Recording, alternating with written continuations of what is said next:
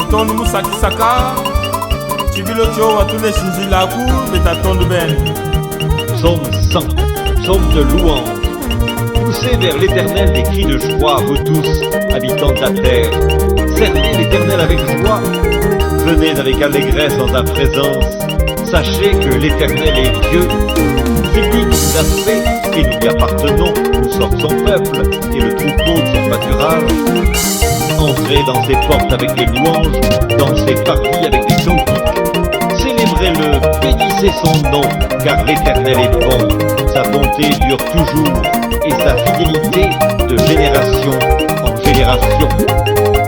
La bonté de Dieu envers son peuple élu se manifeste par ses jugements sur leurs oppresseurs. Oui, par tous les privilèges qu'il donne tous ceux qui lui sont fidèles et qui gardent ses commandements. À la question de Moïse, fais-moi voir, je te prie ta gloire.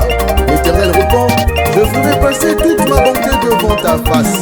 Moïse avait trouvé ainsi grâce aux yeux de Dieu, tout comme Israël.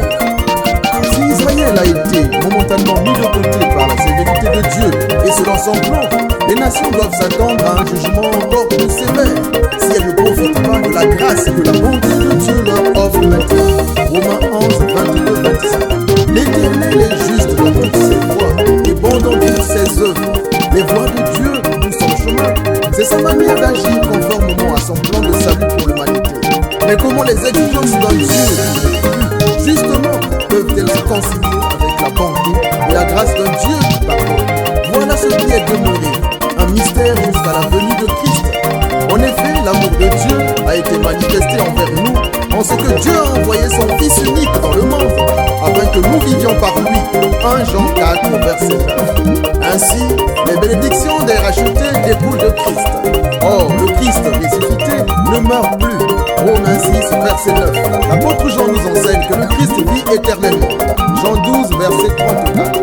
Le second Christ est né pendant la génération messianique, mais il a révélé sa divinité courant la génération de Dieu le Père, le 5 octobre 2005, conformément aux Écritures, en son jour, comme étant le Père éternel.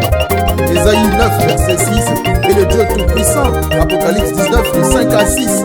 Jésus lui-même avait annoncé sa venue en disant, je vous le dis en vérité,